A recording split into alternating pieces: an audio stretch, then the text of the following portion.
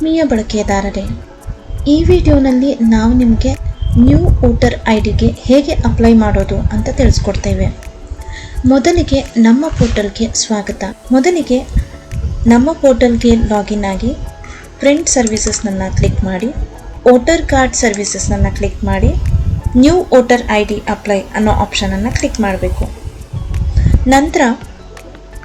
applicant ನೇಮ್ನಲ್ಲಿ ಬಂದು ಅಪ್ಲಿಕೆಂಟ್ನ full ನೇಮನ್ನು enter ಮಾಡಿ, ನಂತರ ಅಪ್ಲಿಕೆಂಟ್ನ ಮೊಬೈಲ್ ನಂಬರನ್ನು ಎಂಟರ್ ಮಾಡಿ, ಇದಾದ ನಂತರ ಅಪ್ಲಿಕೆಂಟ್ನ ಆಧಾರ್ ನಂಬರನ್ನು ಎಂಟರ್ ಮಾಡಿ, ನಂತರ ಅವರ ಡೇಟ್ ಆಫ್ ಬರ್ತನ್ನು ಎಂಟರ್ ಮಾಡಿ, ಇದಾದ ನಂತರ ಅಪ್ಲಿಕೆಂಟ್ನ ಮೇಲ್ ಐಡಿಯನ್ನು ಎಂಟರ್ ಮಾಡಿ,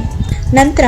ಸೆಲೆಕ್ಟ್ ಆಪ್ಷನ್ನಲ್ಲಿ ಅಪ್ಲಿಕೆಂಟ್ನ ಸ್ಟೇಟನ್ನು ಎಂಟರ್ ಮಾಡಿ, ನಂತರ ಡಿಸ್ಟ್ರಿಕ್ಟ್, ಇದಾದ ನಂತರ ಜೆಂಡರ್, ನಂತರ ನೇಮ್ ಆಫ್ ಅಸೆಂಬ್ಲಿ ಕಾನ್ಸ್ಟಿಟ್ಯೂನ್ಸಿ ಅಂದರೆ ನಿಮ್ಮ ಏರಿಯಾ ಯಾವ ಕಾನ್ಸ್ಟಿಟ್ಯೂನ್ಸಿಗೆ ಸೇರುತ್ತೋ ಆ ಏರಿಯಾ ನೇಮನ್ನು ಎಂಟರ್ ಮಾಡಿ, ಇದಾದ ನಂತರ ಫ್ಯಾಮಿಲಿ ಡೀಟೇಲ್ಸ್ನಲ್ಲಿ ಬಂದು ಅಪ್ಲೈ ಮಾಡುತ್ತಿರುವವರ ರಿಲೇಟಿವ್ ನೇಮನ್ನು ಎಂಟರ್ ಮಾಡಿ, ನಂತರ ಅಪ್ಲಿಕೆಂಟ್ನ ರಿಲೇಷನ್ಶಿಪ್ ವಿತ್ ರಿಲೇಟಿವ್ ಅಂದರೆ ಈಗ ಎಂಟರ್ ಮಾಡಿರುವ ನೇಮ್ ಅವರ ರಿಲೇಷನ್ಶಿಪ್ ಸ್ಟೇಟಸನ್ನು ಎಂಟರ್ ಮಾಡಿ, ನಂತರ ಅವರ voter I D number of ರಿಲೇಟಿವ್ನ ವೋಟರ್ ಐ ಡಿ ನಂಬರನ್ನು ಎಂಟರ್ ಮಾಡಿ, ನಂತರ ಅಡ್ರೆಸ್ ಡೀಟೇಲ್ಸ್ನಲ್ಲಿ ಕಂಪ್ಲೀಟ್ ಆಧಾರ್ ಅಡ್ರೆಸ್ಸನ್ನು ಎಂಟರ್ ಮಾಡಿ, ಸ್ಟ್ರೀಟ್ನಲ್ಲಿ ಬಂದು ನಂತರ ವಿಲೇಜ್ ನೇಮ್, ನಂತರ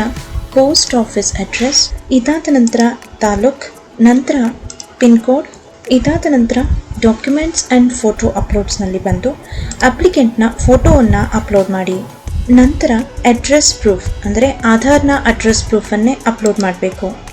ಇದಾದ ನಂತರ ಡೇಟ್ ಆಫ್ ಬರ್ತ್ ಪ್ರೂಫ್, ಇದು ಕೂಡ ಆಧಾರ್ನಲ್ಲಿರುವ ಪ್ರೂಫೇ ಆಗಿರಬೇಕು, ನಂತರ